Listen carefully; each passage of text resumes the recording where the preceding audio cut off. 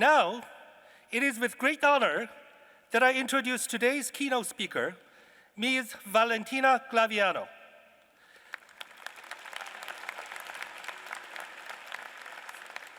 Valentina is a partner and managing director for Strategic Investment Group, a pioneer of the outsourced chief investment office governance model. She has held senior leadership positions at Guggenheim Investments, iShares, Lazard Asset Management, and Covariance Capital Management. Valentina has extensive experience in corporate strategy and governance, client development and management, and ESG and impact investing. She is particularly skilled at helping institutions with complex investment and risk management needs. She is passionate about serving clients whose purpose is to serve others, such as foundations, endowments, and defined benefit plans, seeking to help them make a transformational impact in the fulfillment of their missions. Valentina is a member of Strategic's Diversity, Equity, and Inclusion Committee, a cross-functional team that works to develop and retain developed talent, both within the firm and within the financial industry. She also contributed to the second edition of Endowment Management for Higher Education, a publication released by the Association of Governing Boards of Universities and Colleges, as well as Endowment Management for Foundations and Nonprofits in partnership with the AGB and the Council on Foundations. Valentina received a BS in economics from UCLA in 1985, and she currently serves on the UCLA Department of Economics Board of Visitors.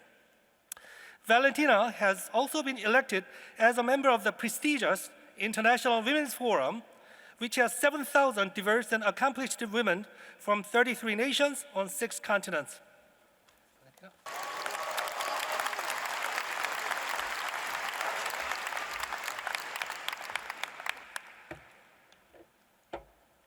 I'm glad I didn't trip coming down here. Professor Han and the Department of Economics leadership team, thank you for the opportunity to be here today. And to the graduating students, wow, come on, congratulations.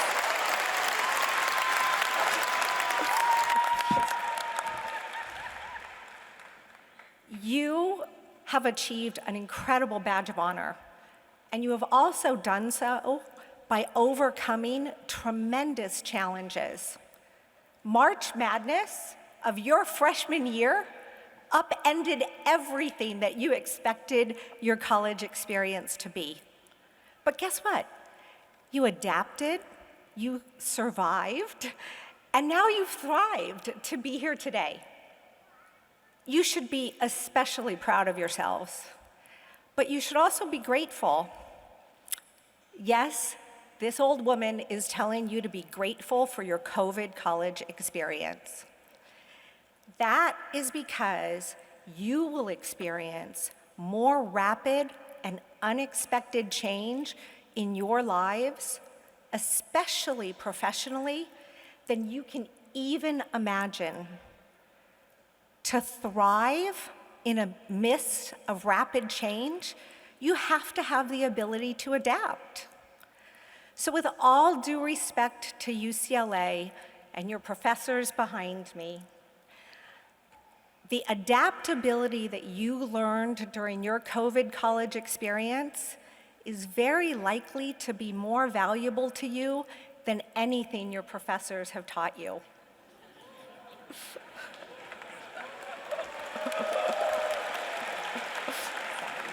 Okay. You know, I say this based on my own experience. My professional success is a byproduct of learning to embrace uncertainty and to adapt. I grew up in a very poor Italian immigrant family. Yay! And when I came to UCLA, I was awestruck, but also really super intimidated by all of the wealth around me. I was embarrassed because I had to penny pinch so much through college. And I said to myself one day, oh my God, there's just got to be a better way to have a halfway decent college experience than to live so poorly. As I searched for a solution, one day I finally figured out that if I could embrace the uncertainty of a commission job where my success was tied to my ability to sell, I could actually earn an awful lot more money than I would in a traditional college job. So, as an even more awkward kid than I am now, but yet still pretty determined, I convinced this very sophisticated, yet very snobby French woman that ran a cosmetics department in an upscale department store near campus to give me a job. Now, way before the internet and Sephora existed, cosmetics was actually a high commission sale. It was in that job that I learned in order to succeed, I had to adapt my approach to every individual customer to understand what they wanted. The more I made the sale about them and how they were going to look and feel, the more I sold. That was my first clue to learning the one big thing that I hope you'll take away from this speech. You probably won't remember anything, but maybe you'll take this away. Achieving what you want comes from figuring out what others want and adapting your approach to whatever in life you are looking to accomplish to make it all about them.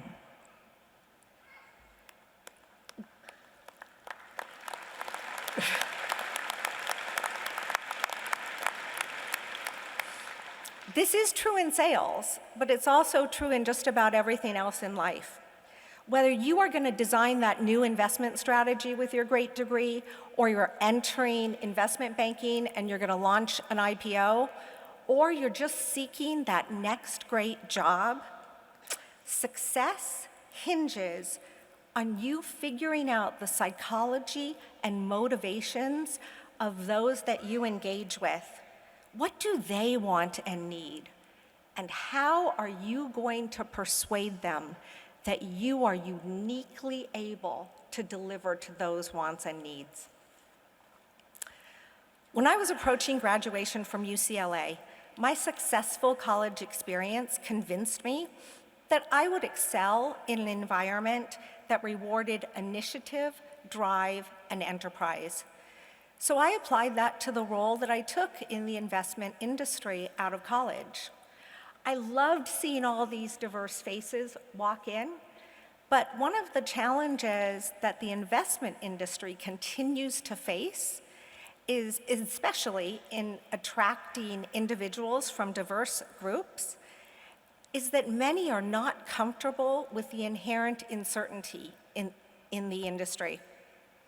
I had learned, however, that if I could adapt to uncertainty, I had a leg up. And while my career has taken many more twists and turns than I ever could have imagined, it's no coincidence that for most of the last 37 years, I've really had the career of my dreams. I can trace my success back to my UCLA courses, of course I can, but I can also trace it back to the adaptability I learned in selling cosmetics. The ability to sell, whether it's products, ideas, or most importantly, oneself, is pivotal to unlocking your potential. If you can't sell, there is going to be a ceiling on your progress. If you can, your potential is practically unlimited. To sell anything, especially yourself, you need confidence. You need to actually feel empowered all the time. That means depersonalizing rejections and failures, reframing them as learning opportunities that will empower you to succeed when you go to take that next challenge.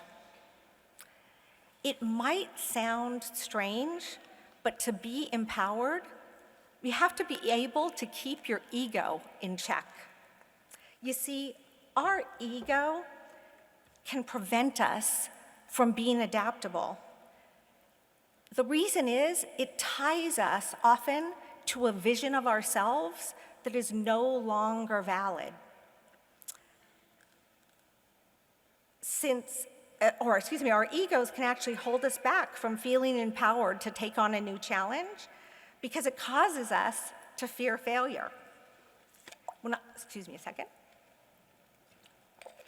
When I graduated from UCLA, I was so awkward in so many ways. No heckling from over there. I was so tiny that when I bought the smallest suit available, I still looked like a little kid playing dress up every single day. And inside, I was still that naive little Italian-American girl from the wrong side of the tracks. While I was super book smart, my humble beginnings always left me feeling like I didn't belong. As a result, my ego was virtually non-existent. And guess what? That was a great thing. You know why? Because I had nothing to lose. I was always willing to stretch for more responsibilities in my jobs. I was always willing to seek the next better job. And guess what? If it didn't work out, I'd just dust myself off and I'd move on to the next challenge. Here's the key. When you understand that every rejection or failure is not about you personally, but it's about how you didn't recognize what was important to your audience, you actually don't take rejection personally. Instead, you treat each setback as a learning opportunity. And believe it or not, it is a little hard. Learning from it can be motivating. I get excited when I figure out my mistakes, and there are plenty of mistakes. And I say to myself, okay, now that I know what I did wrong, how am I going to adapt to succeed in the future? Maintaining this mindset is not always easy.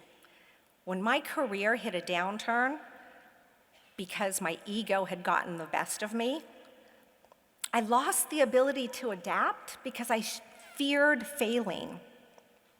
My big ego led me to focus on all of the status and the money that I had to lose, which were inflated expectations based on my long gone past success.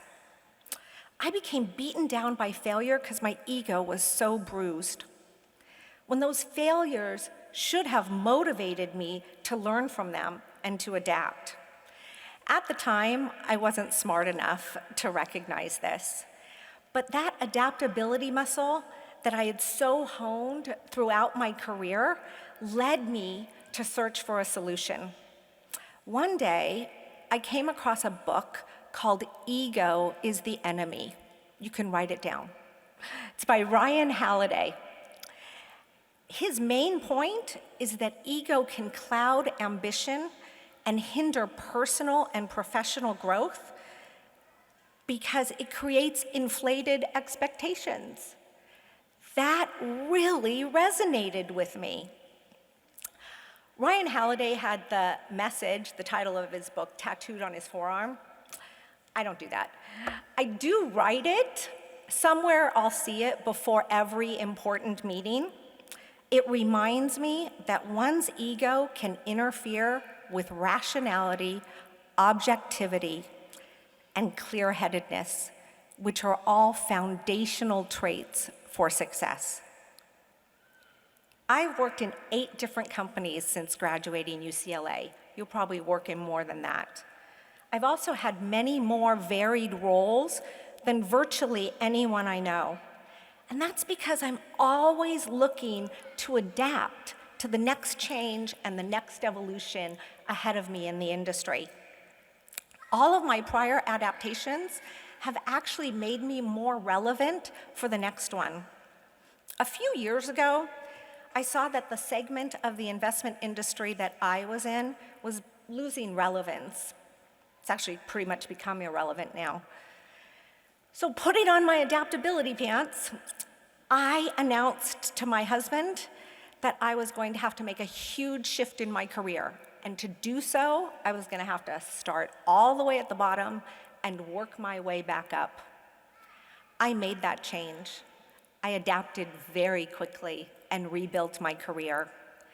Today, I'm a partner in the most inspiring firm in my industry, and our mission motivates me every single minute.